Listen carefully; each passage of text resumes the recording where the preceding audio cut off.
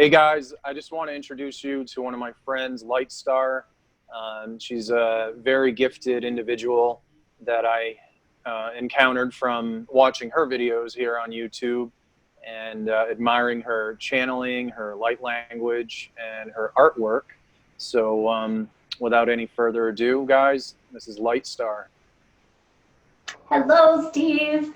Thanks so much for having me on here, and I'm really excited as we're going to talk about lots of cool stuff on here and share for both of your community tribe and my community tribe.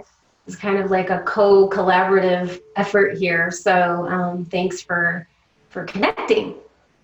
Definitely. Yeah, I guess we're just kind of winging it and having a conversation back and forth, and I wanted people to see, you know, some of your work, and I just love your artwork. It's so cool. You guys can see in the background there, that's a little bit of it, and I know we'll share your website and everything later, but definitely check that out. She's got some on there, and in some of her videos, and it can be purchased. So so tell us a little bit about that, like what got you into creating this type of artwork?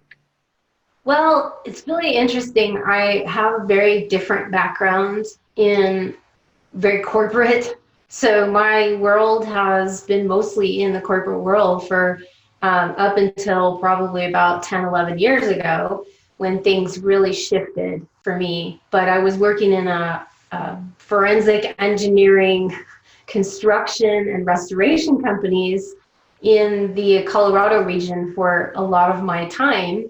And although I really loved the companies that I was working with, it just had nothing to do with spirituality or any of the kind of work that I do now. And it radically changed. And like a lot of people that can relate to going through, hey, I've done this for quite some time, but I really feel like I need to do something else, more fulfilling or more what I came here to do, you know, my mission or whatnot.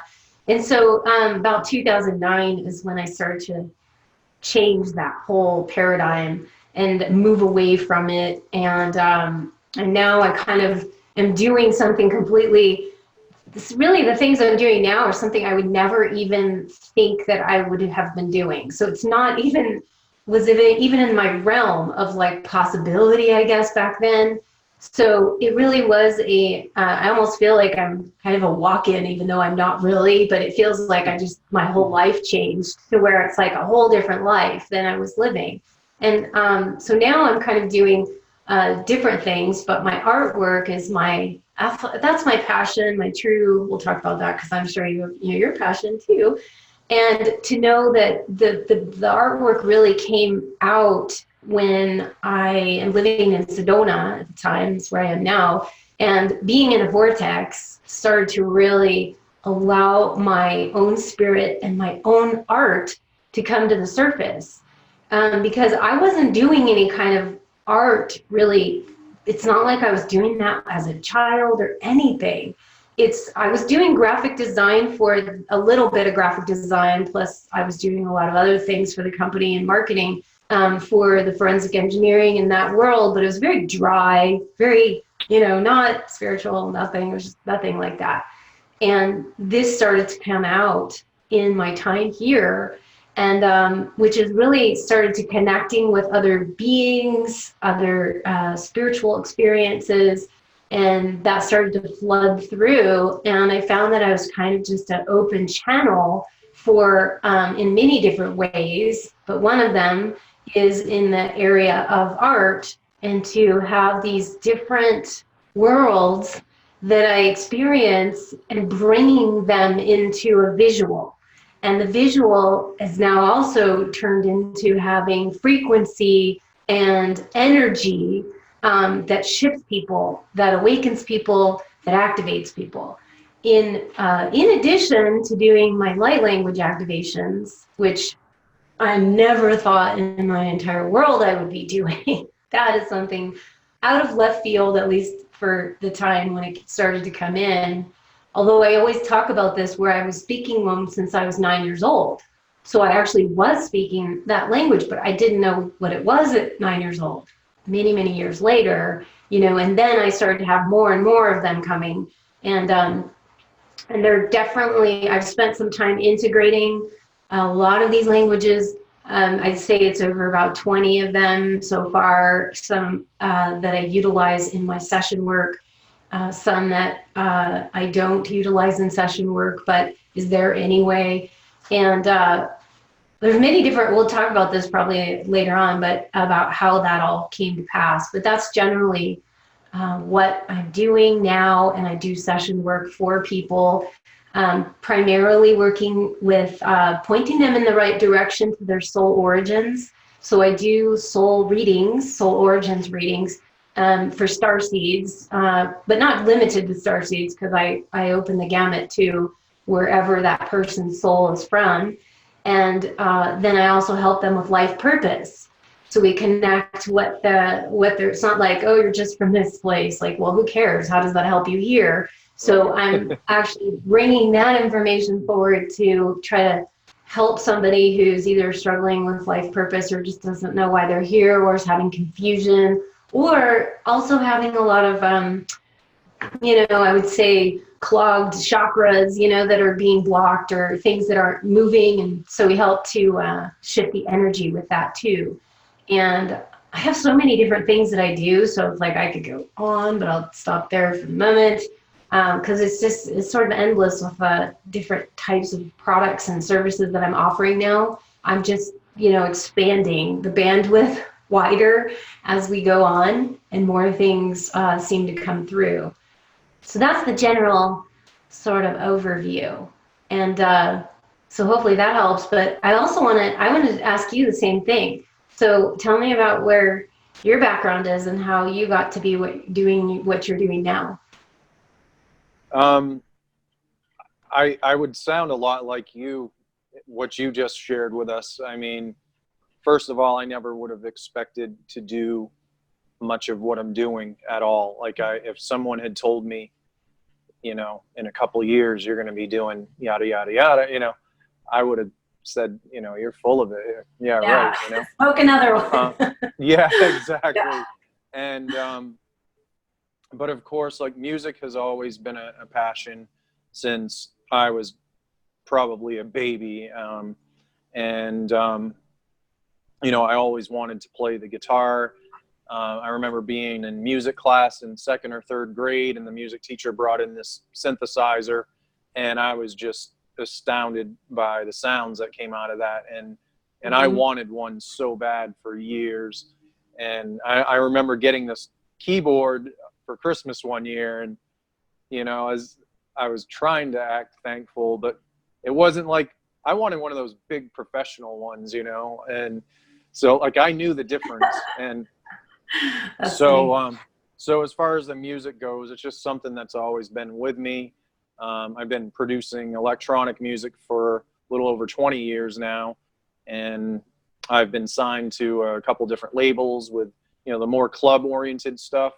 And then it kind of evolved as as I continued to wake up, so to speak, and getting more interested in meditation, and just maybe getting a little older and mellowing out a little bit, Yeah, because tell me about this, because do you have a background in kind of more the hard rock kind of music, or just that's the kind of music that you were into for a while that you like, or you pretty much like everything? But yeah, I do like everything, but the rock, and I was a pretty big like metalhead, and but mainly because of the guitar. I love the sound of the guitar, but also just different styles. I mean, I like folky kind of acoustic stuff, and I like the heavier shredding stuff too. I'm right full of variety. But as I found electronic music, I think that started with industrial, which is a style of music that kind of combines the rock or metal stuff. Like 9 Inch Nails would be a perfect example. When I first heard them, I was like, oh wow, this is really neat. And I could tell they were using synthesizers, and so that was a neat combination, and it just continued to evolve, and over the years, and then just eventually I discovered binaural beats from, Mm-hmm. you know, watching tons of YouTube videos, and, you know, everything's kind of related somehow or another. And so I started listening to those, and I'm like, oh my God, like I can create this stuff, no problem. Like, so I think everything that I did prior and gaining that experience using the software and programming everything, it was almost like my training to do what I'm doing now with the music. So that's kind of that story. And what then, are you, what kind of, so you're doing, you just create music. That's one of the things that you're doing now, in addition to, you're also sessions with clients as well. yeah, the music I've been focusing on, it like really targets the different chakras. There's a lot going on that people may not realize. I mean, from balancing the hemispheres of the brain to even opening your third eye, using frequency, using sound and binaural beats, isochronic tones, even ASMR. A lot of people, you know, that watch YouTube think ASMR is just somebody whispering into a, you know, microphone and fluttering their fingers and tapping on stuff, but that's not really what it is. It's autonomic sensory meridian response, and that can be triggered from rustling leaves, waves, raindrops, you know, different things like that. And it can create like a tingling sensation in the brain and the spine. And so it does trigger some activity in the chakras as well. I probably will do one of those. I've actually been asked by several of people on YouTube. Some of my tribe members have been asking for me to do one, and in light language or something of that nature. And I've been wanting to kind of do that myself. So that's a very interesting area of just something new and different that I would like to do myself. I think it's really that would cool. be awesome. Like I'm all like excited about that when you said that. So yeah, it's something I always kind of wanted to. It's like, oh, I have this list of stuff that I want to create and do for people. And so yeah, it's really great to have the creative, you know, venues, I think, because, you know, both of us kind of work in these kind of creative environments, and I think it's so important to have that, you know, creative input and creative flow, and to be doing something in a creative way, because we're all creative beings. That's really what we are. Now, some of us have it more extreme than others in us, but we all have it. We are part of the spark of the creation, and that's all within us. And when we activate those parts of our creative self, that, you know, allows us to flow, and our life goes better, I find. I mean, I don't know about you, but I find if I don't create, you know, for a period of time, it's not a good thing. Let's just say that. It's not a good thing when you don't get to create. It seems like it just kind of, you know, bottles up. The energy bottles up and doesn't have a place to flow, an outlet. And it can be one of the things that can cause a lot of grief and a lot of sadness, and for a lot of people. And then if they just kind of pick up an outlet, like some creative outlet, it's like somehow things just start to feel better, you know? It's no different, I don't think, than going to work out. When you're going to exercise, you're sort of diffusing some of this like energy, but you know, you can also sort of rechannel that into a creative outlet and get the same kind of benefit from it. Creating muscles. Yeah, creating your creative muscles. That's a new one thing I've learned is that, like, when you're creating, like, no matter what, in what fashion, it actually helps you to connect with your higher self, because it literally, it raises your vibration. And, you know, we have to be in a higher vibration to connect with our higher self and our guides. So I really encourage all of my clients that I work with in the coaching department to, you know, get back in touch with your creativity. And I recently told somebody, like, if you like coloring, like, go to Walmart, get some crayons and a coloring book, if that's what it takes. You know, do things that you loved as a child. Do that thing that you've been wanting to do, you know, and you owe it to yourself to have that quiet time alone and just create something. And it doesn't matter what it is or if you make money from it. It's just as long as you enjoy doing it.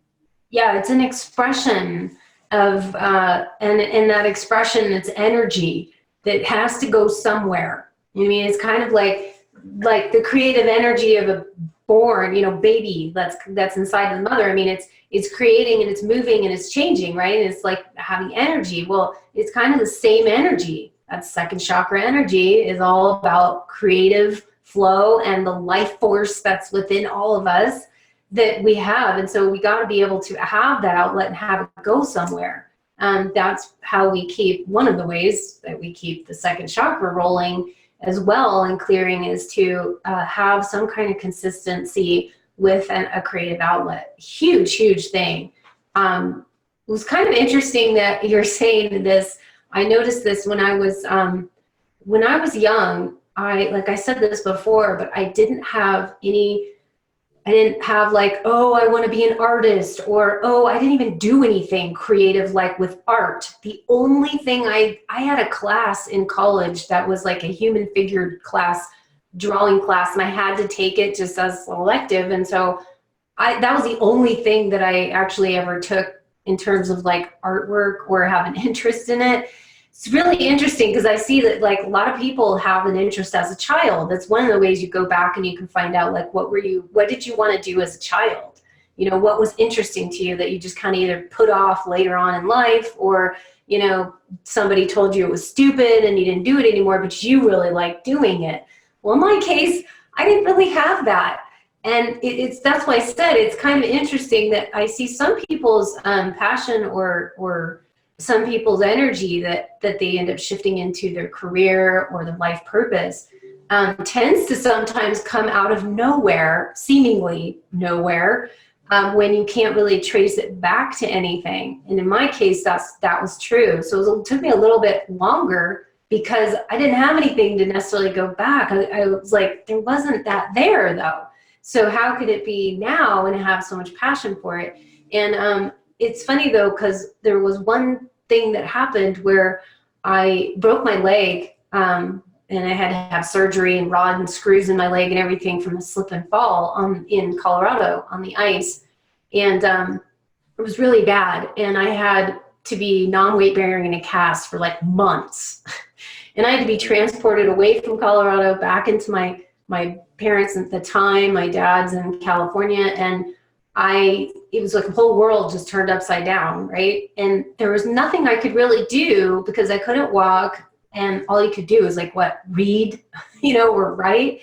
Well, my dad just kind of gave me a pad of paper and some charcoal pencils and some whatever he had. He's like, here you go. And I'm like, I don't even know what to do with this, And yet I started to just kind of draw, and I was using the charcoal and and I just started doing all these drawings, and I never even knew I could do it because I really didn't have any training in that or any of that, or even an inkling towards it really, except that one class, and I had forgotten everything, from that. So I was like, this is weird. And I did a whole bunch of drawings. And then it's funny though, what happens is that I like put that away after, time getting back to work. And I had this short, brief time where I did all these drawings and it was really great, but I just put it off to the side even after that. And I was like, no, never picked it up again. And still to this day, like I have not picked up like drawing. So I think at some point in my life, I would like to shift more like back into doing that, because I ended up doing it more in digital form, which I love. And I totally started getting into that, but I would like to get more into doing hand drawn, drawings and stuff, because I know I can do it from that experience, but yet I just haven't really sat down and done a lot of it. And the only time I'm really doing it now is incorporating doing light codes and drawing them and then including them in my artwork. Because most of my other art forms are from photographic or Illustrator photographic work is what I'm doing digitally.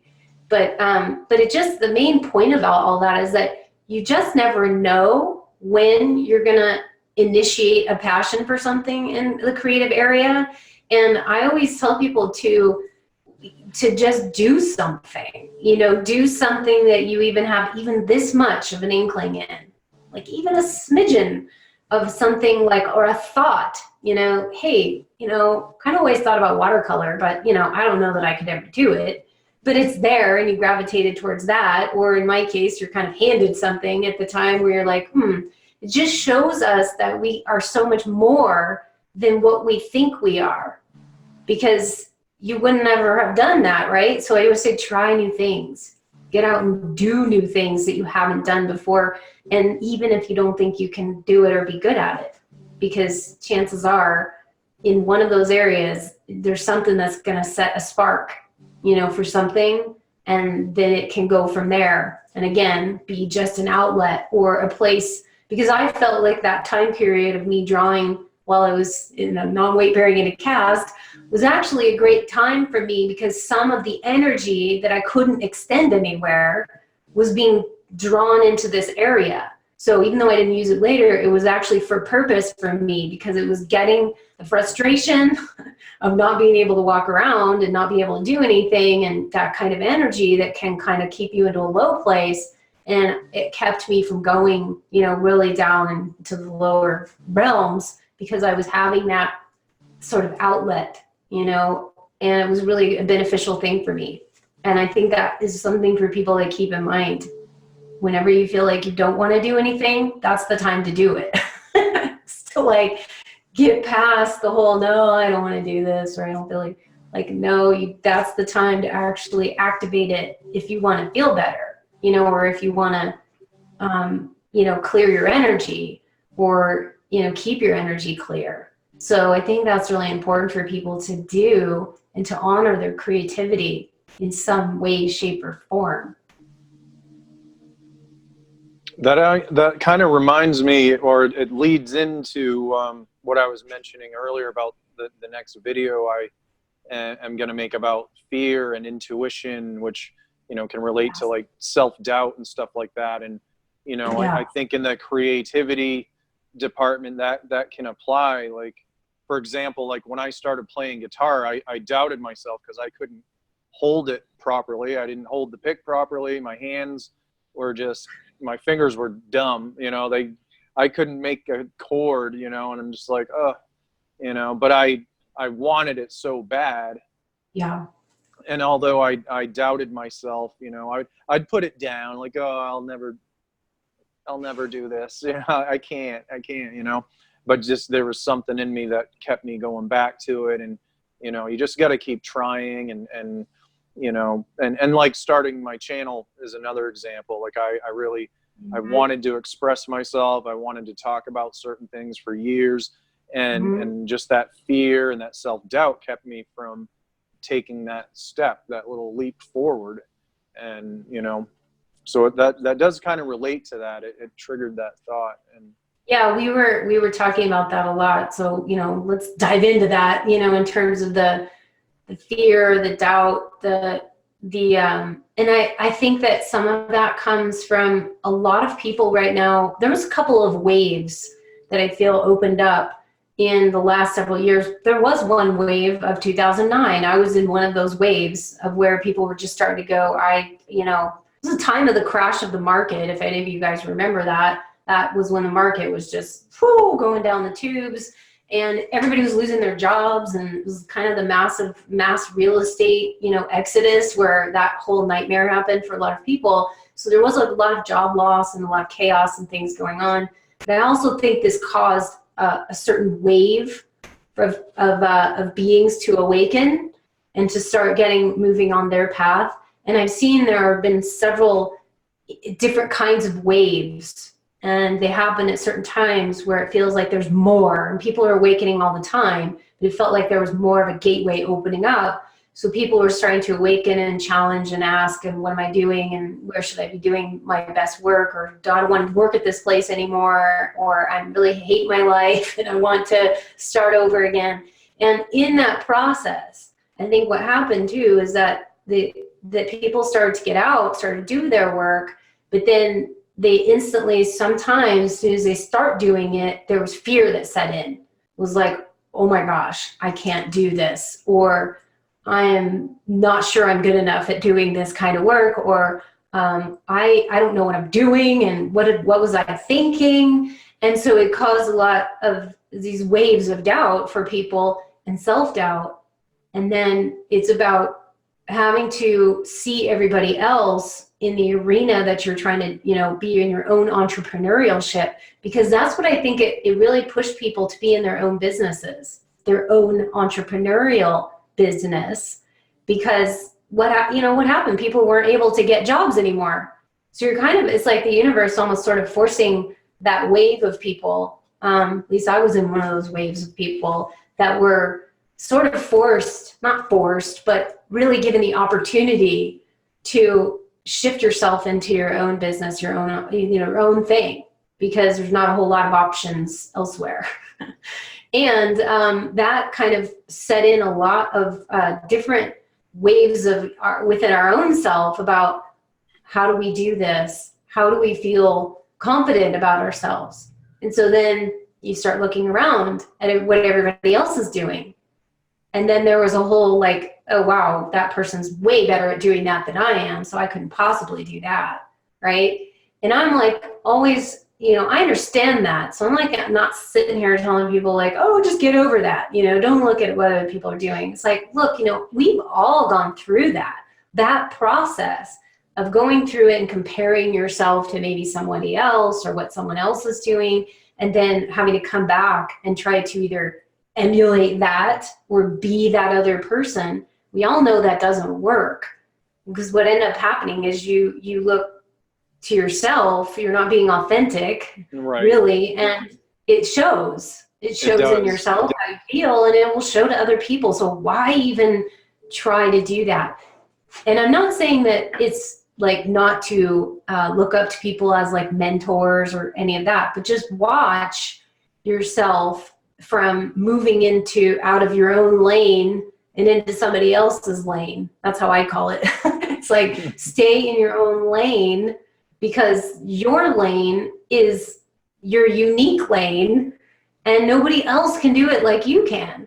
So there's, all these books, especially with writers, it's one of the things that happens with writers. They want to get out there and write a book or something. And they're like, there's like 10 million other topics, the same thing that I'm writing on, It doesn't matter. It's your unique way of expressing it that's going to reach the people that need to be reached by you, that you may say it in a different way than somebody else does. So it's going to be your unique way, not someone else's way. They have their own people. I mean, there's millions of people on this planet. So it's not like there's, if we broaden that and widen it a little, we realize we're not really in competition.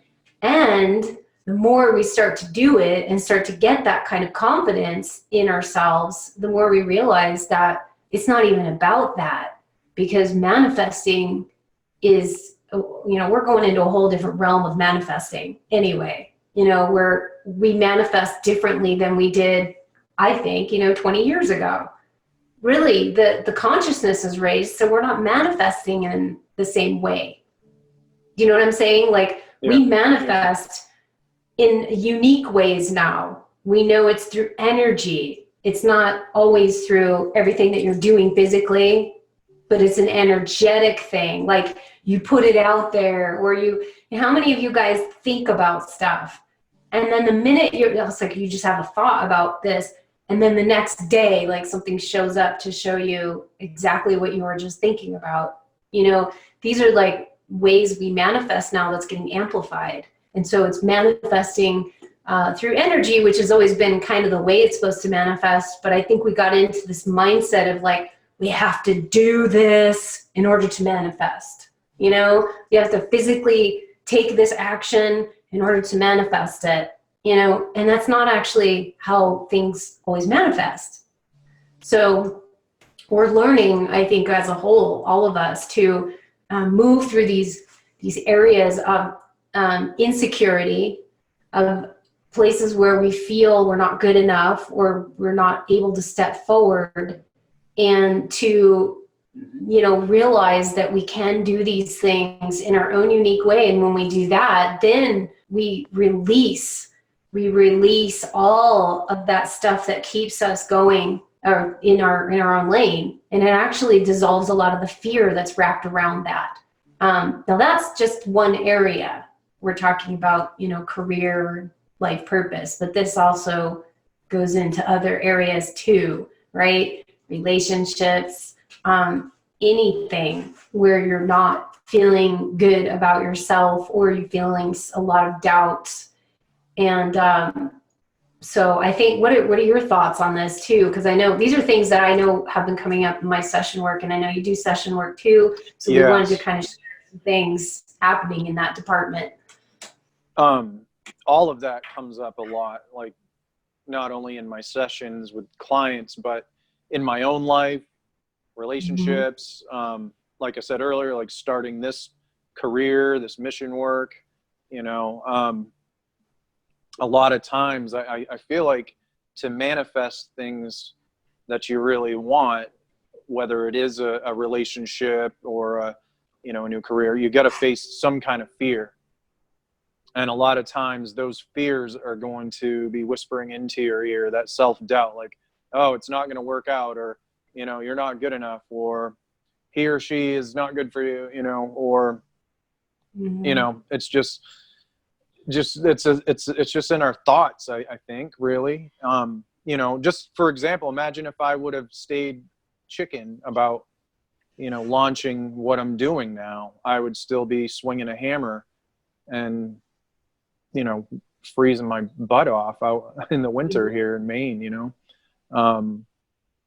So, you know, I try to encourage people to really get things down on paper too, because a lot of times, like, your thoughts can be overwhelming, and your perception of them can overwhelm you as well, you know.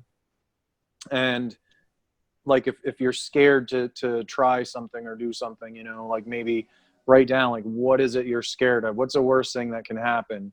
Or, you know, what if you don't try? You know, what could, you know, what if everything works out and your dreams come true, you know, your wildest, you know, things you want to manifest, you know. And it's like, if everything was so easy, I've heard this saying, like, we'd all be skinny, rich, and happy, you know, and everybody would be doing it or whatever, you know. It's just, I really think it's a huge thing, facing fears, you know. It's like, it's not like I was going to die when I filmed my first video, you know. It's not like I was going to, I mean, I was scared that I'd have, what did I say on that video? Like, you know, my goal isn't to commit social suicide, you know, by doing this. But I know a lot of people would probably be a little weirded out, because, you know, I do talk about extraterrestrials and, you know, different things that are paranormal.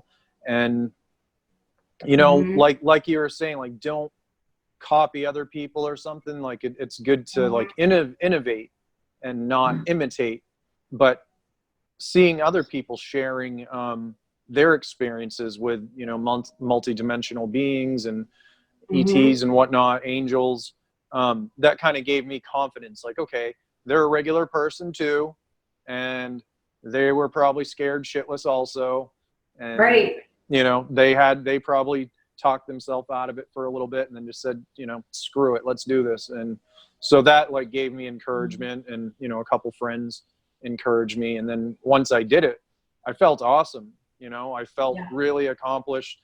Emails were just flying in, and friend requests and subscriptions and all that. And it was just like, oh my God, I should have done this sooner, you know?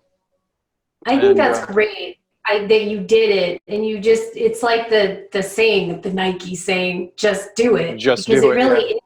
Sometimes you just, there isn't anything like there's formula that people might be looking for, you know, or like, I have to do all these things before I can do that. Well, sometimes it's not any of that. No. And you just step out and just say, well, I'm going to go ahead and just do it, you know. And I know that happens for all of us. We get the opportunity to. I can use, you know, the example as well for myself. The very first time I spoke up in a YouTube channel, my very first kind of YouTube video actually was about the star languages. And I was deciding to just, you know what, I mean, if anything, you know, I'm going to come out there and make myself look like a giant ass. But you know what? I don't care. I was like, this stuff is just coming forth, and I'm really being called.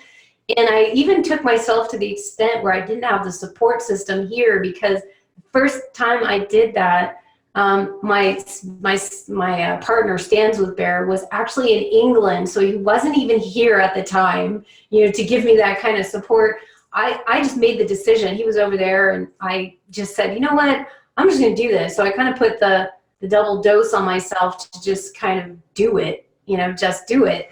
And I didn't, you know, for me, it was a little slower of a process, you know, with all of this. It's actually been slower. It's not even like I got all this kudos like right away. But over time, you know, when I started to just put these things out, I started to see there was feedback on people really liking it, and people were really getting activated from it. And so then it's like, so for me, it was a little bit of a slower process. So I didn't have like an immediate, like, oh, I can see that this is working. So I had to trust, right? I had to do a lot of trust work within myself to just say, keep going, just keep going, you know, no matter what. So I think this is really important for those who don't always see results like right away, or, you know, getting feedback right away. If you are still feeling this is important. For me, I was called to do it. So it's like, yes, I had a choice, but not really. Some of us that get called to do some things, you know, we came here to do this and to open up and to bring this. And so it's not like, yeah, I could choose to not do it, but I felt like, you know, some of us that have the higher callings or more unique callings, you know, we don't really have choices, because if you don't put it out there, you know, you sort of feel it, you know, it's like, I know that wasn't the right thing to do if I chose to not do it. You know, I'll feel it within my own intuition that, hey, it's not really hurting anyone else except for A, myself, and B, the people that actually it could be activating. So if you think about that way, of, you know, because me, it's all about for what I'm doing for the other people. I mean, it's really when I'm more for service than I am like about my own fame or fortune. I really don't care about that stuff. I'm like just really more into what is helping other people, and to be doing something of service, and for bringing higher dimensional stuff here. You know, I'm not bringing mainstream stuff here.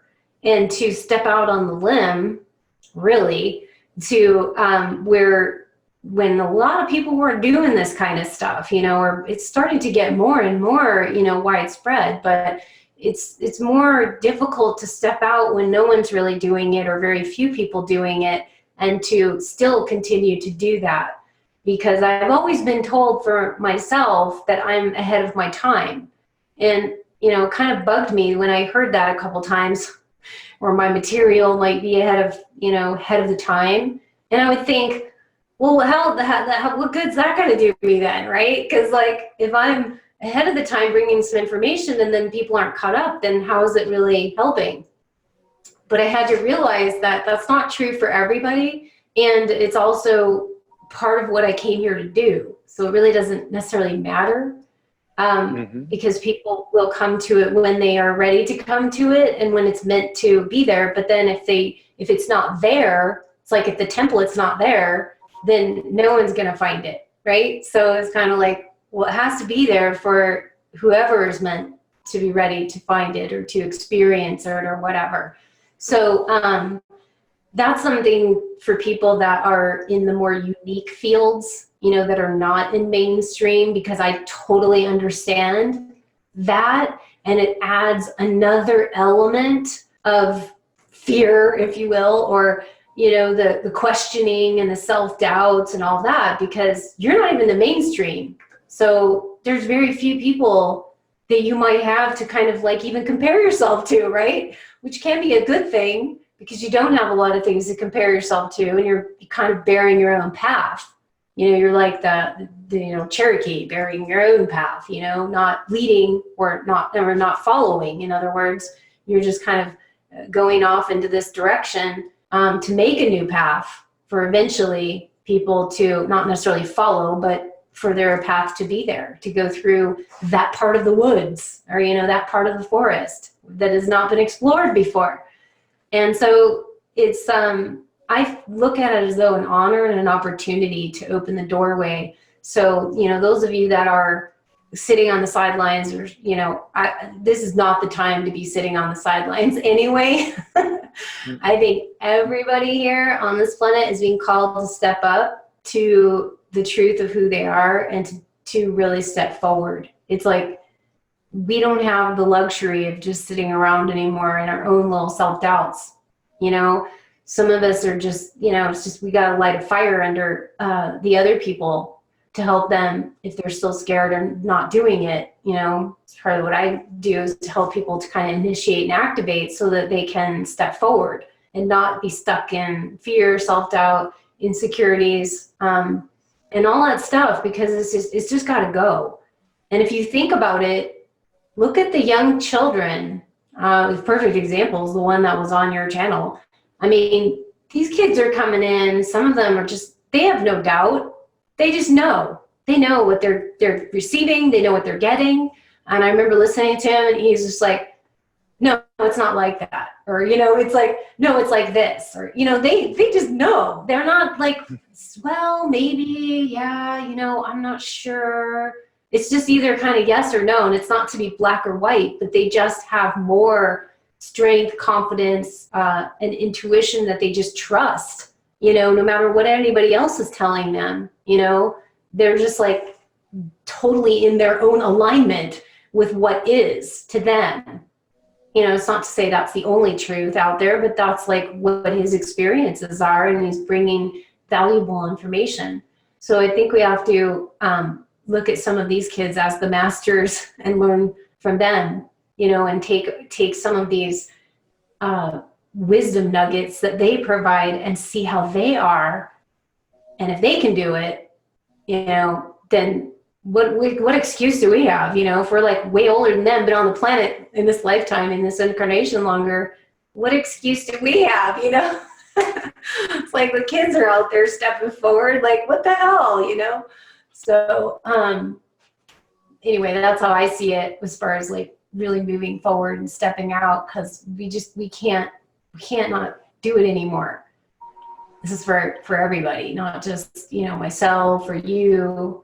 But we're being just really called and really stepping up. Why? Because the world is in chaos right now, and everything's coming out. And we need as much assistance, help as possible. And those waves I talked about, those waves are now needing people, those people, each wave, everyone's, when they're finding out, reaching out for who they feel resonant with to help them. So a lot of us have had to step up into the roles to assist those who are going to be waking and, awakening.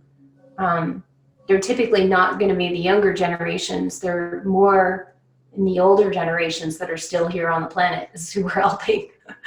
So the younger kids, if they haven't been, if they've been raised properly in some ways, they're better off than a lot of us older, all those old folks.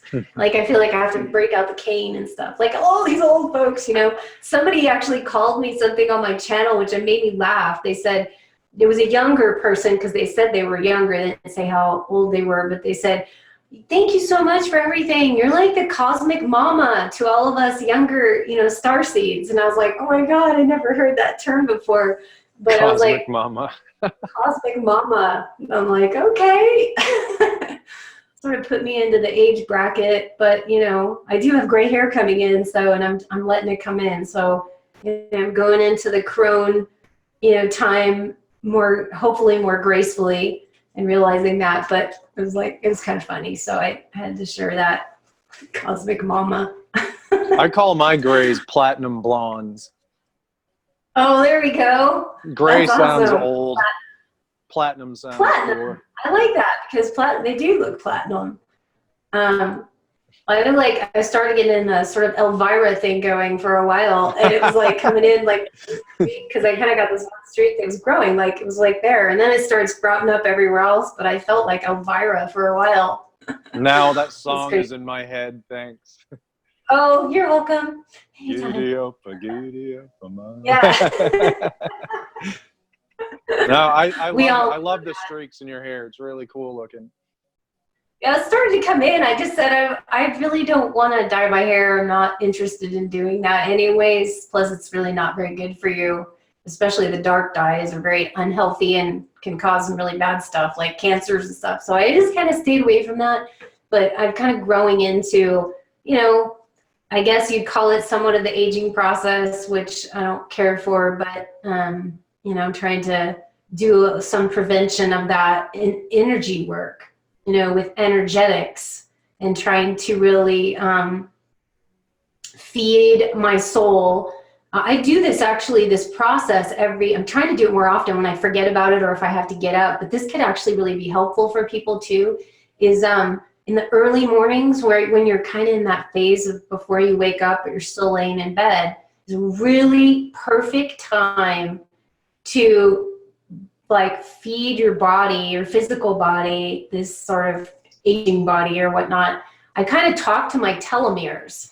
The telomeres are actually the part of your body that can kind of make, aging when the telomeres start to kind of phase off and that's when the aging process. So I do a little bit of talking to my telomeres and I bring in some energy work and really fill the body with whatever's going on. And I just kind of focus on that for a little bit to bring in that energy field of health, youthening and, bringing in health for the body and all of these things, because I think we are our own healers, ultimately.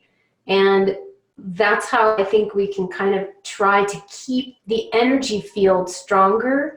Because it's only when you forget about your body, you totally forget about your body and you're not in communication with it, that things may start to go awry. Because if you are in communication with it, and this is going off on another tangent, but I guess that's where we're going, is with this, is that if you're in alignment with that and in communication with your own body and your own field, then you will start to understand when things are starting to go off or something's not right? Something doesn't feel right. The body needs rest. The body needs this supplement. The body needs sunshine. Whatever it is, you're kind of more in tune with what you need versus being out here and not really being in touch with your body. And then, over periods of time, you start to cause, the diffraction and disease, that sets in. So I think that's a really good time to actually do a lot of in the morning time or even before you go to bed at night. But I like the morning time, if you can, to really energize your body. And some of us even have on the ships, we all have, well, let's just say it, we do have medical teams. I call them the etheric med teams, that actually help us with some of those things. But sometimes people will see themselves going into certain chambers, like certain rejuvenation chambers and things of that nature. Like some people, we might call them med beds here. It's eventually, when we ever get them down here, that we have the technology for, because we do have those. We just don't have them here because we haven't been allowed to have them here. But they are also helpful in that area too. And we can energetically put ourselves in those med rejuvenation chambers in our dream time before we go to bed at night and even all throughout the night. Very powerful stuff. We are our own healers. We are. So I recommend everybody at least learns to do Reiki on themselves. Yeah. At least get like level 1 or, whatever type of energy work modality. Learn how to heal yourself. And, that can, it helps you to be effective too, and maybe make better decisions and sleep better. Right. And, I know we're all over the place right now, but it's all tied. We're going to different topics. Yeah. I did want to say something about, because we were talking about the fear and intuition and self-doubt and all that. One thing I noticed in my own experience, and even in others that I'm close with, like, if you don't like take that step, that leap of faith, you keep thinking about it. Like, I know I did. Like I mentioned, I wanted to start doing this before I actually started, but I just kept thinking about it and thinking about it. And I know that a lot of people might, you know, immediately think, oh, well, divine timing. Well, sure. But of course, you know, I could go deep here. There's different timelines and all that. We adapt to that timeline, you know. But I just noticed that it created a kind of an uneasy feeling within me. Like, it almost made me feel like I was failing in a way and letting myself down by not taking that step. And I just kept thinking about it. And then the more I was at my old job, you know, and building houses and remodeling, you know, I enjoy it, you know, I like doing that stuff, but it was just like, I kept thinking how much I don't like it, you know? So in a way I know they say you shouldn't have regrets, but I kind of do in some ways, you know, like, oh, if I would have listened to my intuition sooner, I probably could have had some really good experiences. Whereas a lot of that time I wasn't having very good experiences. I was pretty much unhappy with my situation. And, you know, but I was just holding myself back. It had nothing to do with anything external of me, you know? Yeah. And the fear of failure and might not be good enough, might look like a dork on camera, can't, you know, speak publicly that well, whatever, you know, that's all just bullshit that you say to yourself, you know? And, you know, and you mentioned relationships. I could totally apply it to that. And, you know, people that have like a, you know, a negative history in relationships, whether they've been abusive or there was cheating or lying, you know, whatever kind of stuff, that's going to make people really, really scared to get into a new one. And, but I know, like, I've been scared. I've had some negative relationships, but it's like, you kind of have to muster up that courage, because otherwise you're just going to live a lonely life and you're not going to be able to experience those things. And so that's something I talk to people about a lot in my sessions. Just, you know, try it, you know, try it. You might really like it. And my niece recently, Natalie, like, she's a bread fiend. She won't eat anything but bread. And like, we constantly try to get her to try stuff. We got her to try meatballs. God, she is addicted now. She's like, bleh, before, no. She tried it and she lit right up. And, you know, it's just, you have to try and see what you like, see what you don't like, see what you're good at, and see what you might, you know, need to practice or need to, you know, develop your skills with, you know. Like guitar, I can use that as an example. Again, it's not like you're going to pick it right up and play like Eddie Van Halen. You know, you have to like practice a lot, and, you know, you got to have that passion and find where that passion is. And when you really find that and your reason why you want to do something, that helps you get through those fears, in my opinion and my experience. And it helps you push through the barriers of self-doubt and, you know, stagnant energy. You know, it's like now and ever. If you realize that every experience that you have, every relationship that you have is going to be different.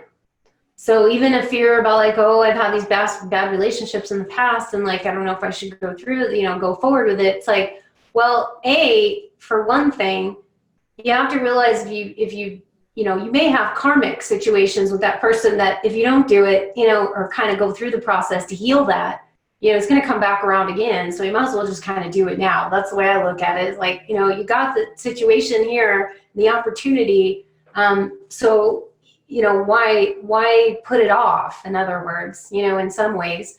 So that kind of can help to propel people to realize that, hey, there could be healing in this. There could be lessons in this for me. to learn about myself, because every relationship is a mirror. So all it is just reflecting back to you, like everything that you haven't necessarily dealt with, or some, things that you need to deal with in yourself, or things about yourself. And so that is of benefit. I know it can be uncomfortable and scary, but it's actually of benefit for you in the long run, to actually go forward. And this is in situations with the relationship I'm relating it to, but also every other situation, because everything, job, career, new things, new experiences, they're like, look at them like adventures, instead of fearing what could be happening. In an adventure, you're excited about, wow, I don't know what's going to happen, but hey, I'm going on the camping trip, like I'm gonna bring some stuff with me, and I'm gonna go forward because this is like beneficial. So easier said than done sometimes, but you have to almost come back to looking at it that way. You're a lot of times just putting off situations.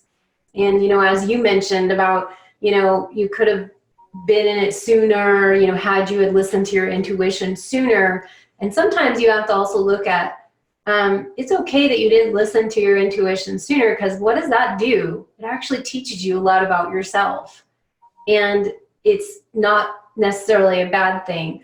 And sometimes we are a little bit ahead where, if it's in relation to other people and there are other people involved, this is where I find it really interesting, is that timing, I know we're all at the same time, everything's happening at the same time, but timing does kind of like synchronicity, maybe is a better word. Okay, that time for you to meet that person for that job or that relationship or whatever isn't quite ready for that other side to be there. And so you're kind of like ready, but then you got to kind of wait for this other situation to free up. And so you kind of hold back. So there can be other things about why people hold back, and there can be even benefit and lessons in that. So even though we can sometimes go, why didn't I listen to myself sooner? You really can only go with what you can at the time, and look at the situation from a larger perspective and see that there may be other reasons involved with some of that. You may have needed to also get a certain lesson before you could have gone to that stage. Maybe you weren't ready for something right, you needed to get something right before it, and then now you're ready for it. So a lot of different things that can come up with people, I think, for the feelings of holding back, or, not really going forward with it. As long as we are not judging ourselves and criticizing ourselves, that's what I think is most important on the other side of things, is to be really conscious, aware, and loving for everything that we're going through, and every process, and everything that we either do or don't do, to not be critical. It's the number one thing we have down here is the fault, I guess, or I don't know if it's faulty programming, but we have this criticalness of ourselves, and a lot of us have that. And that could be from our past and our parents and all of that, and sort of built in. But it's something I think is one of the most important things to be kind to yourself, be loving to yourself, no matter what the situation or event is, and to look at it from those higher perspectives is like hugely important, I think. We're going through a really difficult challenge in our world right now, externally. We were talking about this earlier, about how the external world is an internal reflection of what's going on. So right now we've got a lot of instability and a lot of chaos and everything in the political scenes and all the rest of it, that tends to kind of bring that back to ourselves of what we're kind of dealing with as the consciousness overall. And so I feel that with this whole conversation of fear and all this stuff, I think it's really important for us to be grounded within ourselves. So as I don't know if this is the right time or whatever, but I'm starting to talk about this to do the light language energy activation for that kind of grounding, releasing fear, feeling more stable, that kind of thing. unless you want to do something else or talk about something else as well. Yeah, I really, I'm intrigued by some of the videos I've watched of yours with your light language and also the channeling. And that's something that you know, I've been tapping into the channeling for a while, but I've got to overcome that fear. And before I start like sharing it publicly, you know, if I choose to do that.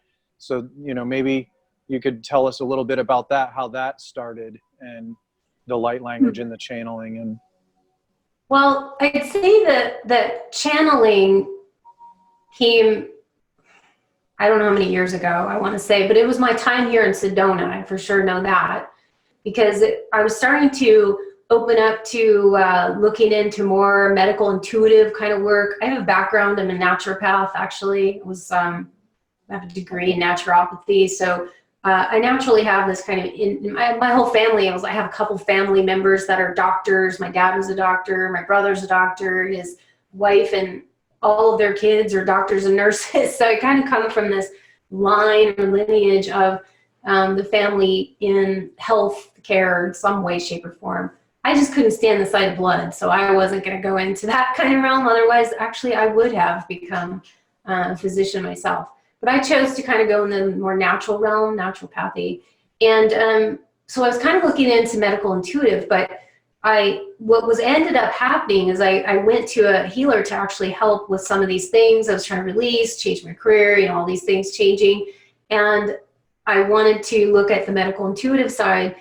And then what ended up happening is that in the process of that, she was like very intuitive and, you know, seeing all this stuff in me. And she's like, I think that there's something that wants to come through you.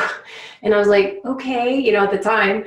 And so I just started to, and I felt it though, and I just sort of allowed it, because what ended up transpiring is that I was getting some information from channeled information that wanted to come through. And first it came through verbally, but for me, I have a much greater ability to do automatic writing. So I ended up shifting it, and first it was automatic writing, like handwriting. But then since I'm really adept at typing, I started shifting it into automatic typing.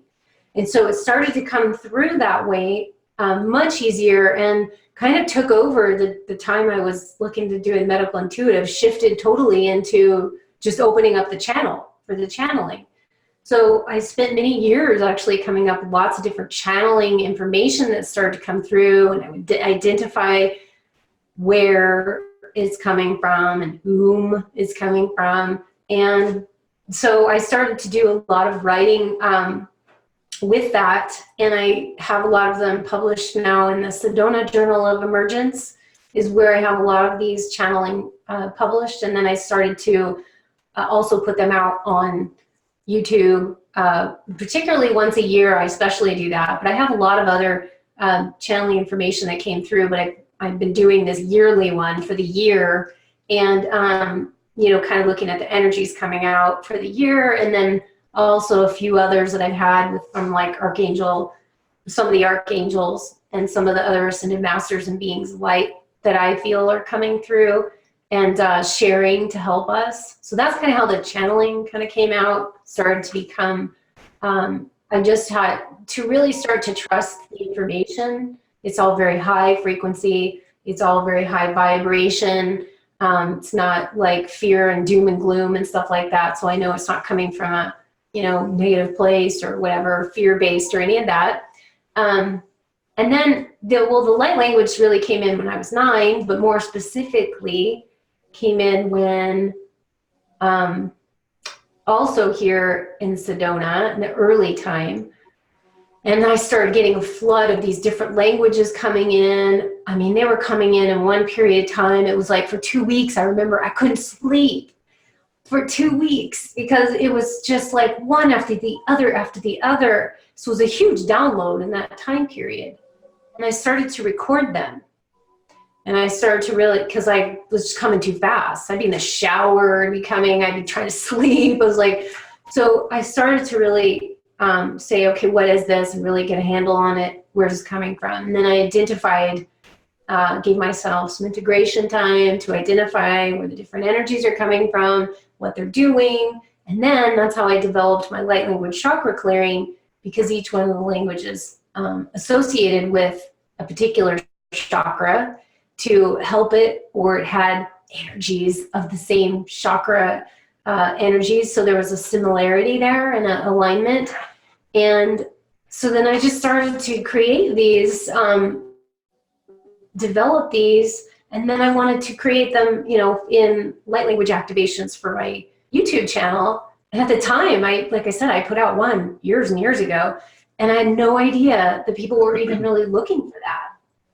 I just knew that this is what I was doing. I didn't really know anybody else that was really doing it that much. So I kind of like didn't really have an idea that this was something of interest to people.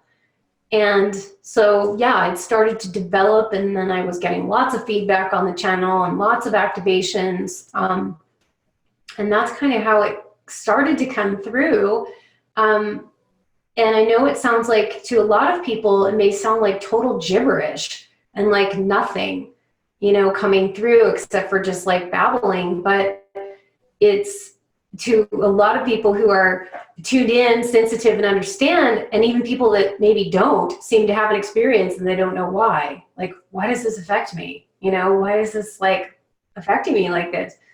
And it's been quite of a journey of actually seeing the responses of other people, and then seeing how it affects them, and seeing what each person might be experiencing is very different. So I find that several people can be hearing light language and then hearing and experiencing and interpreting very different things, each four of those people. So it's very unique and individual. Sometimes it's a general thing, but it's unique and individual to people. And for myself, I have stopped interpreting word for word interpretations from them, because they wanted people to have the experience of the energy and not put an overlay of earthbound languages and how we interpret, and ABC means this, that, and the other thing. And that's not the same energy as what I'm bringing.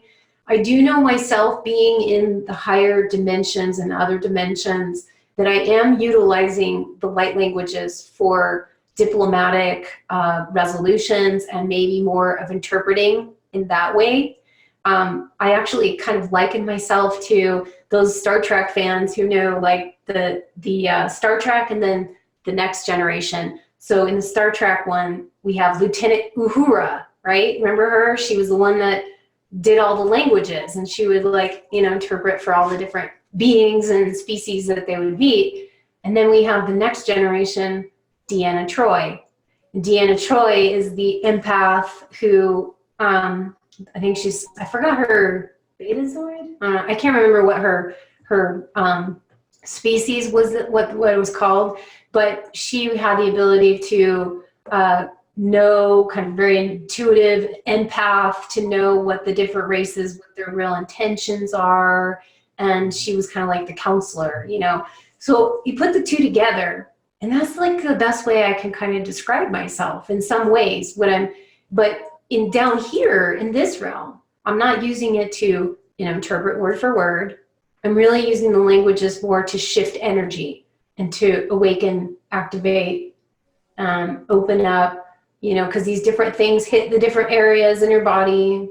DNA starts awakening, and then people start having experiences, and could be anything from chills to heat, cold, tingles.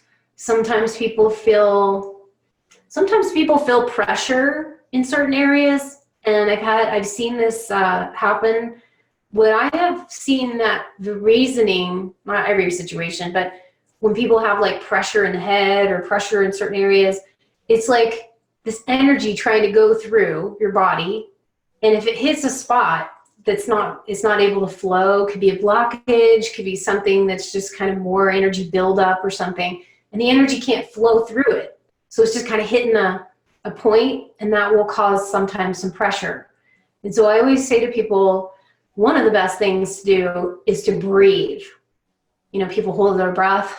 If you breathe through that area that you're feeling the pressure with, it sometimes will open that doorway up, or starting to get the flow of the energy moving again. So lots of different kinds of experiences that people have when listening to or being on the receiving end. So I always say to people, just, being open to expand your energy, to being open to whatever. Sometimes, different languages will affect different people. So it's like, not like every single language is you're going to have some big, opening. I've seen it where some people don't feel anything from one language, then another one, they're like, wow, just really, God, that opened my heart or something. And it doesn't necessarily mean that language is where you're from because you had an opening or experience. I want to clarify this because this is a big question I've gotten, and I also feel it's important. It doesn't always mean that. It can mean that. But it can also be meaning that there's something within that frequency of that tone or that energy or that language that is beneficial for you at that moment to open up whatever it's doing at that time. So it can be very different. So that's kind of the overview a little bit of what light language is. It's an energy language, and that's kind of some of the basics that I can think of to share about it. I don't know if maybe you can share some of your experiences too, of perhaps what you've seen, experienced for being on the receiving end, or what you feel, happens, or how you feel about it when you hear it. Like you were just saying, like I've had response, and other times nothing really that I noticed.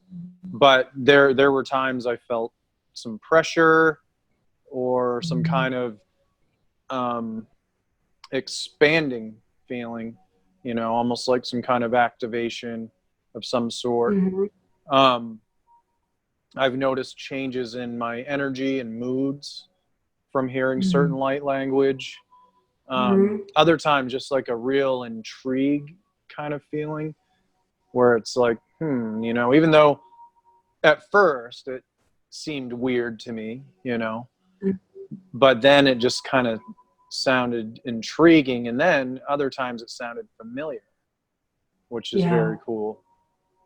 And you mentioned something about like when you were 9, did you say? So my other niece, not the picky eater one, the other one, she would totally speak light language, and I said she is definitely a star child, right from since she was a baby. And I remember she would be talking gibberish, and I think my sister-in-law is like, yeah, she's got her own languages she makes up. And then eventually I learned about light language, and I'm like, oh, wait a minute.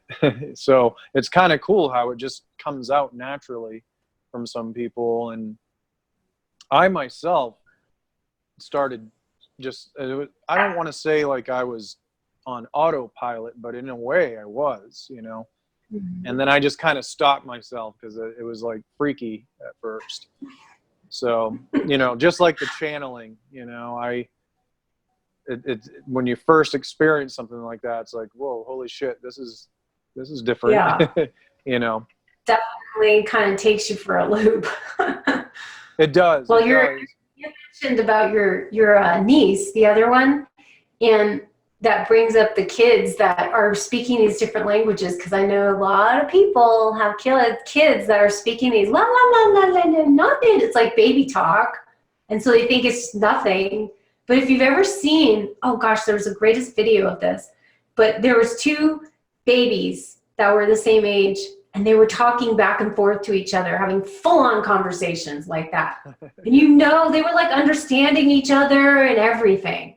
And you're going, how's that possible? You don't know what the hell they're saying, but there's a communication there. So I say baby talk's not really baby talk. Yeah, I mean, it's energy. It's an exchange of energy. And, like you're saying, it's not something that's like going to be, I think you said interpreted, but I was thinking the word or like translated. That's, Yeah. I guess, another way of looking at it. You're not going to like translate light language into English or whatever your native language is. It really is more energetic, and same with baby talk, same with, you know, any of that. And even I think too, people could, you know, a Spanish person talking to an English person, they just can't. And, you know, the no comprende, you know, just the interaction itself is like, you know, you can tell there's an exchange of energy, and there's going to be smiles, or, you know. So, but in my own experience, I find it to be pretty amazing, you know, that there is a purpose behind it. It does have a lot of healing potential, and can activate certain things within you that has been sleeping since maybe prior lifetimes.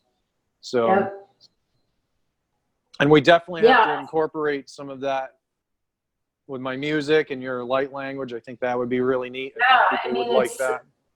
Yeah, it's definitely, I think there's so many different avenues that I haven't even taken with it yet that I want to get some other ways of, you know, getting it out there and expressing the different things that are coming through.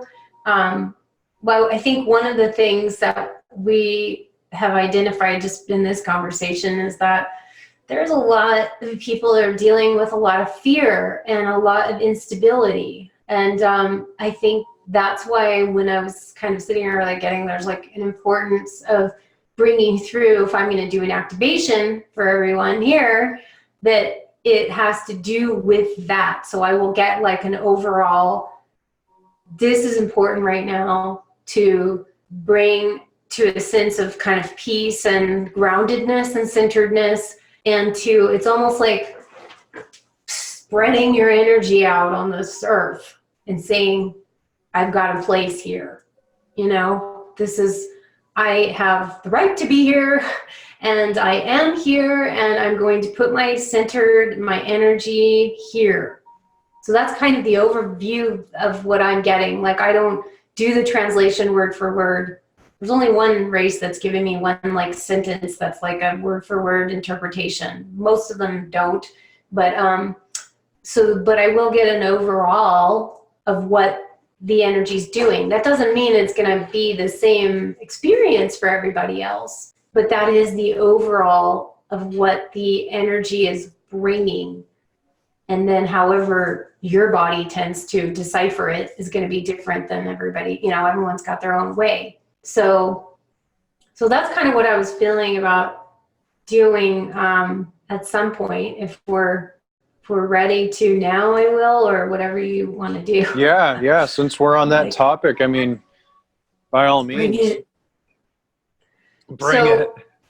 Yeah, let's bring it. So what I'm getting to with this is that the energies of what is going to be coming through is kind of more what I would call the guardians.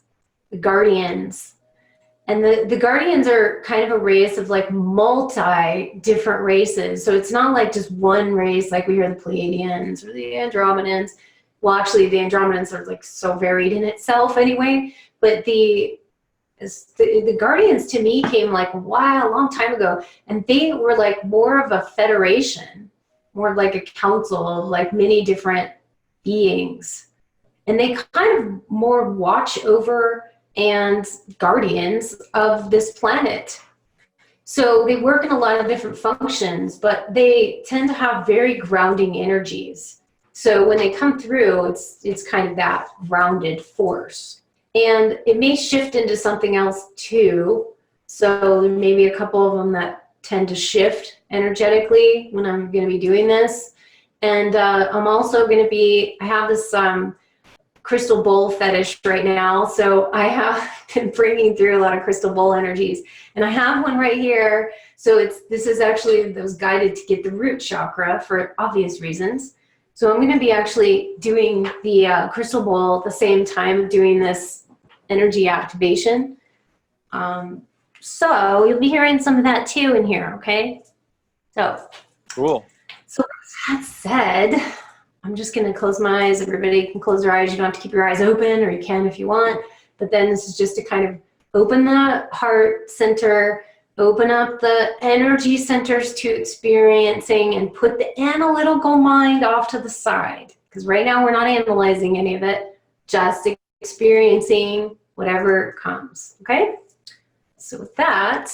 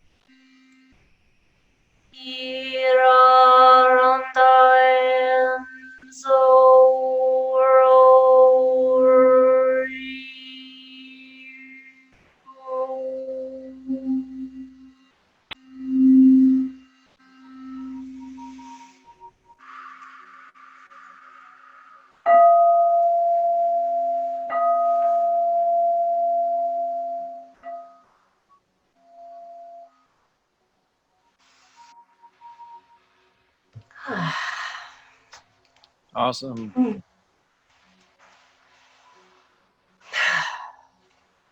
That was really intense here. Yeah, it's very cool. Thank you for sharing that. So yeah, that was bringing in some kind of more grounded, centering energies and some toning that just came out with that as well. I have a lot of Andromedan toning that comes through with that. So that's usually when it starts going off into a different tone of some kind. It's usually going to be the Andromedans coming in because they have this really strong energy to heal through tones and through sound and through connection points. So they really come in, especially when I started to do the bowls, like it's like they started coming in more and more with that. So that's just to kind of help everybody decompress, realize, center yourself, gathering the energy and taking up the space, like being here and having that energy focus here so that you're not feeling so fearful or, insecurity, not having that insecurity or lack of confidence coming up so much, but just feeling really centered. The more centered and grounded that we can feel within ourselves, the better, the more confident and more secure that we are with what we're doing. And that's just, a given. Like, look at the masters that walk on this planet. They come with this really centered, balanced place. And when you come from that place, it's actually pretty hard to not feel confident or not feel secure with yourself because you're more balanced, you're more centered, and that aligns you more. You're more in alignment with who you really are, not aligned with the crazy world that we're living in. Because when you align with the crazy world, then you're pulling in not only your own insecurities and your own doubts and fears, but the whole world's doubts and fears and everybody else's stuff. And, that's not a good thing to be taking on all of that. So, as I said before, I think everyone should I think it should be a must to have a crystal bowl set for everyone's household. I think that would be really awesome. Do you know what frequency that one is by chance? Yeah, this is the root bowl is actually it's the root chakra. And so it's a C is the tone that it is, or the note, I guess you would call it the note. So it's a C note, but it resonates with the root. And sometimes playing certain ones together can really... When you harmonize them, yeah. Yeah, it's like, boom. Sometimes some of them don't harmonize super great together. Right. I've noticed that as well. I mean, they all play well pretty much, but there are ones that, doesn't sound as good. And you could hear it like wobbling off or something. So it's like a piano, I guess, or a guitar, like certain notes make a chord and certain notes do not.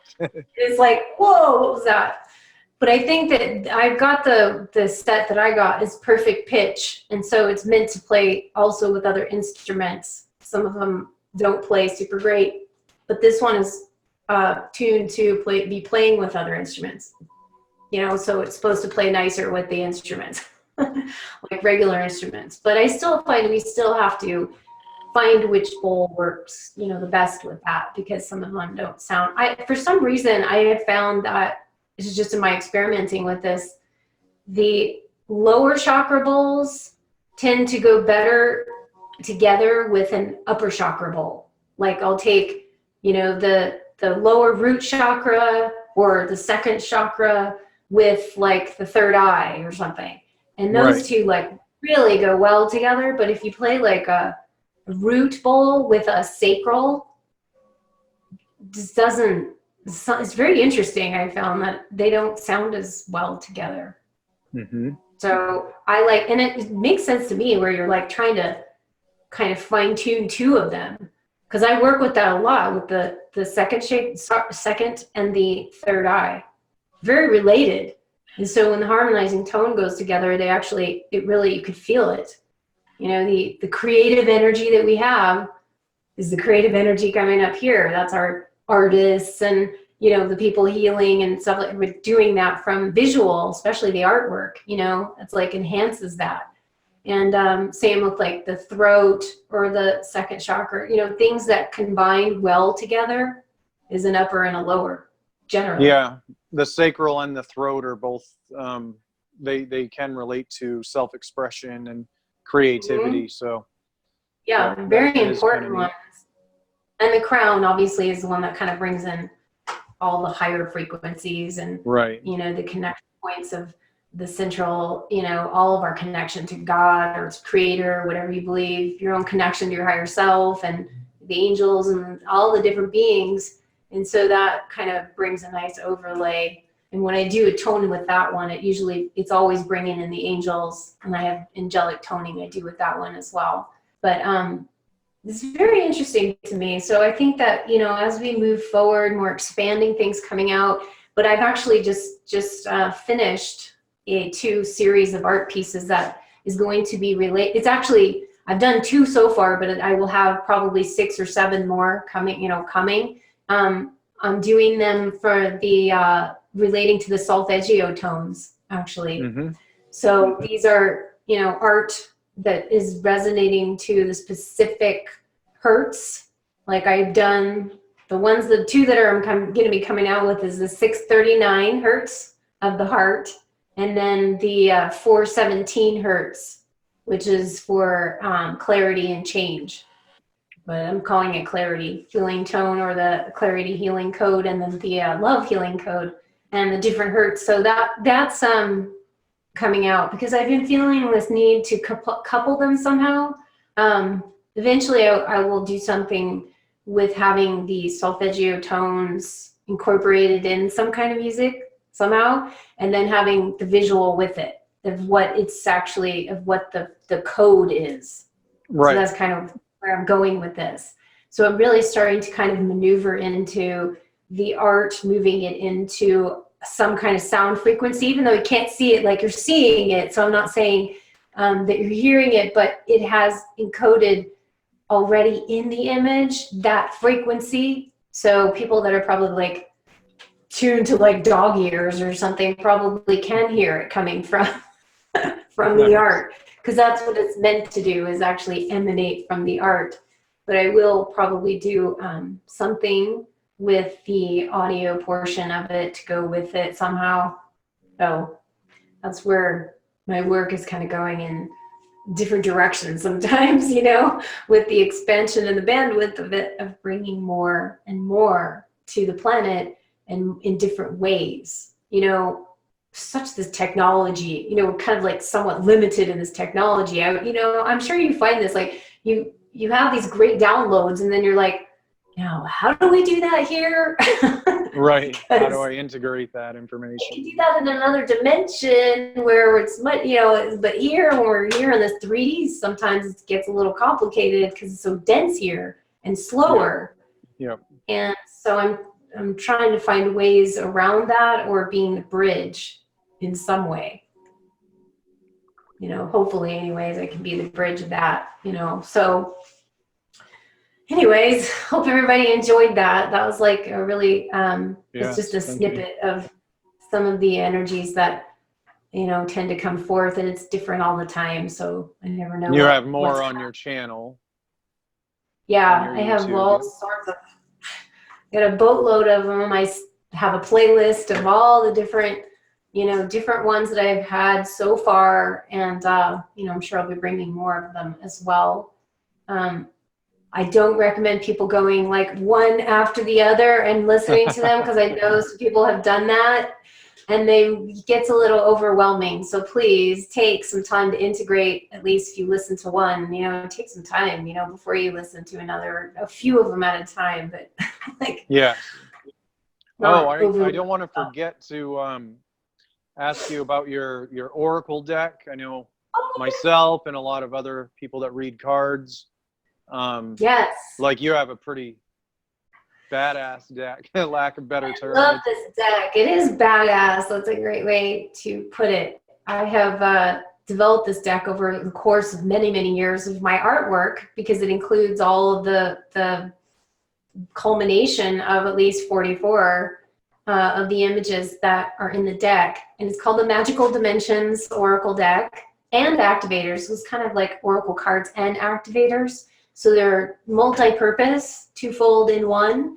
And they are not tarot cards. At some point, I said I might take that on in some later date, but at the moment, it's just an oracle deck. And then the second deck that I'm working on now will have all of my new art that's not in this deck. And then after that, we'll see.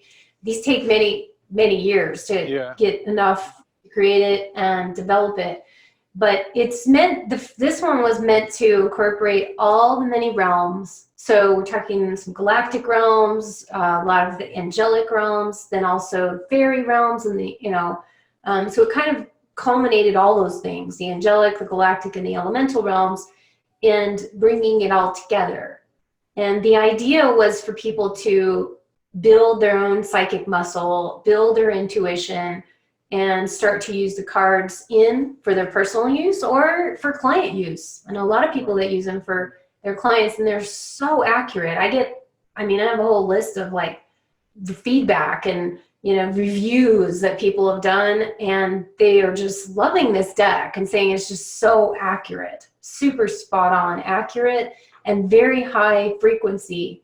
They do have some of the duality in them because they're bringing out, it's an oracle deck, so some of the deck does have some kind of looking like the cards are like, wow, what's that? It's kind of but it's bringing in a duality, but it's always about overcoming that challenges. For one card I'm thinking of in this moment. So they bring in a lot of energy for people to help with building their muscle. They also can be used as activators. And I love this. I came up with my own spreads, actually. So they're in the deck, and the cards are like, or the guidebook has my own little spreads that came up with. They're not like the Celtic Cross that you'll see or like the common ones. They're like a totally unique one. And the activators are very unique in that you can get cards that you lay out in a certain formation. And I have a couple of ideas in there, which you can make your own formations, but I have one for healthy relationships, one for the money tree, and one for healing. And so those are like a lot of things that people are dealing with.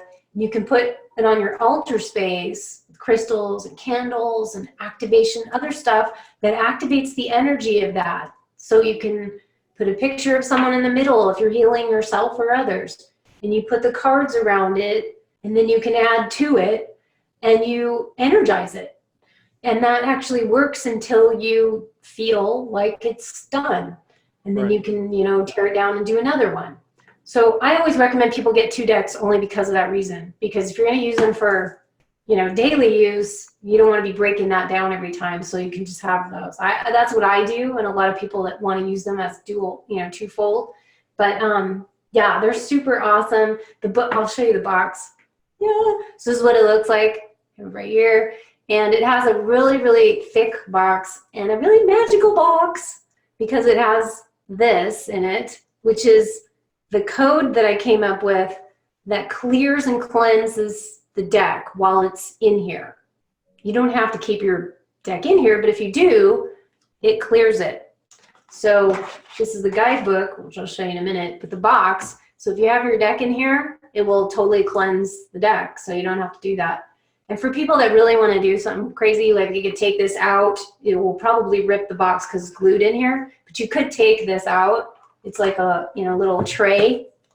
You could take this out and then put your cards in a velvet bag, or sometimes a lot of people put jewelry in here, and that will actually cleanse and clear your jewelry too. So it's kind of multi-purpose there. Cool. So it's a great box in itself. A lot of people like the box, but the cards are really great. I have a butterfly activation on the back, which is kind of a overall activation for the cards in the deck. And then each card is laid out specifically. I have 7 chakra cards in the deck. So there's a couple of chakra cards, but they look like this basically with all the art, different kinds of art on it. And they have the interpretations on the bottom, not interpretations, but like the words to help you. So like, you know, it has, sorry, there's a light that's glaring a little. So this one's called Wisdom, and it has like 3 words underneath it. It's funny, I just actually picked this card because this one was in my, what we were just moving out of for the winter time here anyway, in one of my Oracle consciousness readings. And it has like psychic, intuition, and truth like at the bottom. So I'll kind of put some words to help you out, you know, with the interpreting. Although I really want people to use their own interpretations. But generally speaking, they will have something to help you out with. If you get stuck on the card, you know, generally you can kind of look at it and figure it out. There's another root, the root portal, which we just worked on. So this is like the root chakra. So a lot of cards in here, very activation, of activational. The book itself is in full color, which nobody ever does. So that was really unique. This whole thing is in full color. So you can really get activated just from the guidebook. And the guidebook has all the different, like, it's got, for instance, this one, I'm just showing you one page of it, but they're all kind of the same in there, where it'll have the interpretation, celestial interpretation is what I'm calling it, and then an oracle interpretation underneath it. And then also, I had included essential oils and crystals that are connected to this card, which people really like that part of it. And then, you know, all sorts of good stuff in here, from the different formations that you can use, really unique ones, to the actual layouts of the activators, which I was telling you about. Mm-hmm. So it's really an awesome deck. I mean, I can't tell you how many people are just loving this thing. And I couldn't be more thrilled, just because, I mean, it's for the world, you know. That's why it's created, is for the world and for people to really get activated. And that's available on your website and Etsy. Available on my website or my Etsy store. You know, preferable if you buy it from me, because you can get it other places, but on my website and my Etsy store are the only 2 places that you would actually support me with it. Meaning, other places, if you get it online, everywhere, online, elsewhere, any place, you know, it's fine if you want to get it. That's totally, you know, up to everybody, but it doesn't support the artist or the creator. Just saying. It's just the world we live in, right? But if you do buy it on my website, then that does, you know, I definitely get a little bit more. I don't make a lot of these anyway. I mean, I really don't. But it's, like I said, this is more for the world. So I want people to get it wherever they can, you know, however they want to. And your website is? Yeah, it is lightstarcreations.com. So it's LIGHTSTAR creations with an S on the end.com. And, you know, all my session work and artwork and everything that I do is on there. And also for you, because I want to know where people can get a hold of you, and also what you, because you're doing readings. Are you mostly doing tarot readings, or are you doing other coaching stuff too? Both. Okay. Both. Yep. So where can people find you as well? Starbornmessenger.com, and then of course my YouTube channel of the same name. So yeah, I'm offering readings. I have my music available, one-on-one coaching sessions, and also Reiki healing, long distance. And I'm probably going to add more services, just like, you know, you're always expanding the bandwidth a bit, and you know, just refining things. And you know, and I'm pretty selective about readings. You know, when people are coming to me, you know, I like to, you know, do it for the highest intentions, of course. And you know, if their questions are things that I know that I can probably help them with in a better way, I recommend a session, and I charge currently the same price. Either an hour reading or an hour coaching session, it's the same price. So, you know, I leave it up to the client, but oftentimes I know that I can help them in a bigger way, working more directly and personal. Other times you do kind of have to consult the divine and the cards and Right. what, you know, intuitive messages come out of that too. And also, so yeah. are you doing custom, I guess, music for people? That actually was recommended that I do that. Yes, So by me I and other people. yes, I'm recommending it. yeah, I haven't yet done that, but I have the capacity, like, to do it right now if I wanted Right. to. Right. You know, I wanted to maybe, I could probably go by astrology and what frequencies may match with astrological placements, or maybe even certain chakra blockages. If they're experiencing something, then I could probably give them something that targets that to help with unblocking and clearing and activating that, you know, that energy center. So that's not a problem at all. I mean, Yeah. So like I said, the ever-growing, expanding, you know, all for star seeds, you know, we're always like expanding and growing ourselves, and, you know, we don't have it all figured out. Like, we're all, you know, growing together. It's just some of us have gone, I think, a little bit, you know, more into, like, you know, how we can help people that are just awakening or whatever you are, because you've already gone through some of that. So I think it can be very helpful, and to, you know, choose to resonate, you know, resonate with whoever you feel guided towards, you know, is really important in our realm too, because I think people are starting to use more their intuition to see who they're guided to go for whatever is resonating with them. And so I think it's great. I love your music. I think it's awesome. I'm excited to see what comes of that as well. Yeah, And me too. and all of the expansion that's coming forth with that. And I also want to thank you for having me on your channel, and you'll be on mine. So Likewise, kind of do yes, thank you. collaborative Great thing. conversation.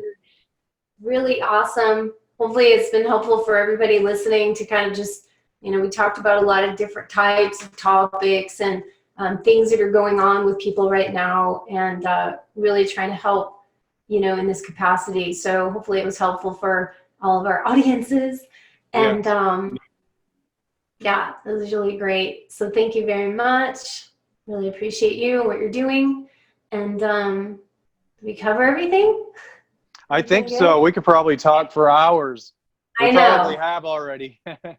I know I'm like dancing a little bit. Nature's calling, so I'm gonna wrap it up for the day. And yes, but yes, thank you so much. And guys, definitely check out her website and her artwork and her material. Her videos are awesome.